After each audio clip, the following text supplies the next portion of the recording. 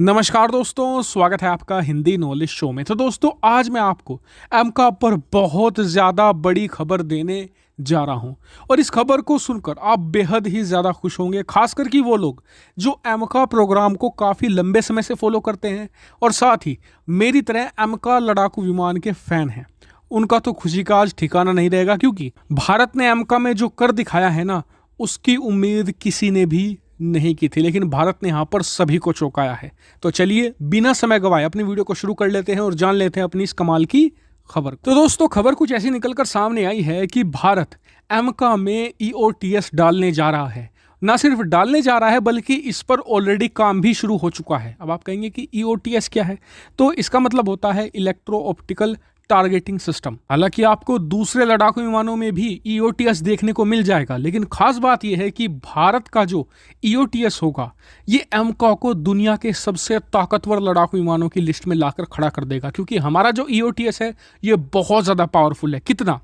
इसके लगने के बाद एमका लड़ाकू विमान दुनिया की किसी भी बैलिस्टिक मिसाइल को 1000 किलोमीटर दूर से ही ट्रैक कर सकता है। जी हाँ, और ना सिर्फ ट्रैक कर सकता है, बल्कि पायलट को पूरी जानकारी देगा, जैसे कि बैलिस्टिक मिसाइल की ट्रैजेक्टरी क्या है, बैलिस्टिक मिसाइल की स्पीड क्या है, किस तरफ से वो आ रही है, किस तरफ उसे जाना है। इन सब चीज़ों को कैलकुलेट करके तुरंत ही पायलट को सारी जानकारी दे देगा, वो भी 1000 किलोमीटर दूर से। और ये बहुत ज़्यादा बड़ी रेंज है। आपको बता दूं कि राफेल के EOTS सिस्टम की रेंज 200 किलोमीटर है, F-35 की मात्र 150 किलोमीटर है।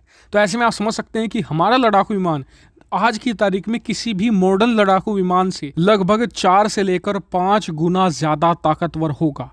इससे आप समझ सकते हैं कि भारत एमका में कितनी ज्यादा खतरनाक चीज डालने जा रहा है। लेकिन अभी भी हमारे वैज्ञानिकों के सामने एक बहुत बड़ा चैलेंज है। चैलेंज ये कि जो EOTI सिस्टम होता है ना, जो लड़ाकू विमान होता है ना, उसकी नोज के ठीक नीचे होता है। स्क्रीन पर आप देखिए, कुछ इस तरीके से इसे प्लेस किया जाता है। अब यहाँ पर क्या होगा, जितना बड़ा EOTS सिस्टम होगा वो उतना ही ज़्यादा ड्रैग पैदा करेगा। सीधी सी भाषा में आप समझ लीजिए कि रडार पर उतना ही ज़्यादा अच्छे से वो नज़र आएगा, दुश्मन उसे उतना ही बेहतर तरीके से टारगेट कर सकते हैं। तो ऐसे में भारत को इस EOTS सिस्टम को इतना अच्छा भी बनाना है और साथ ही स्टेल्थ भी बनाना है, ताकि लड़ाकू विमान स्टेल्थ बना रहे और जो रडार क्रॉस सेक्शन है वो ज़्यादा ना हो। क्योंकि आप ऐसा समझिए, जिस चीज़ का जितना ज़्यादा रडार क्रॉस सेक्शन होगा, जितने ज़्यादा 90 डिग्री के कोण होंगे, वो रडार पर उतना ही अच्छा विजिबल होगा। ऐसे में इस लड़ाकू विमान से और इस EOTI सिस्टम से हमें ज़्यादा से ज़्यादा 90 डिग्री के कोण हटाने हैं। बहुत ही ज़्यादा इसे हमें स्टेल्थी बनाना होगा, तभी हमारा ये एमका प्रोग्राम कामयाब होगा। क्योंकि आप ये जान लीजिए कि स्टेल्थ लड़ाकू विमान बनाने की कोशिश दुनिया में बहुत से लोगों ने की, लेकिन कामयाब सिर्फ अमेरिका हुआ है। इतना लो सक्सेस रेट है। क्यों?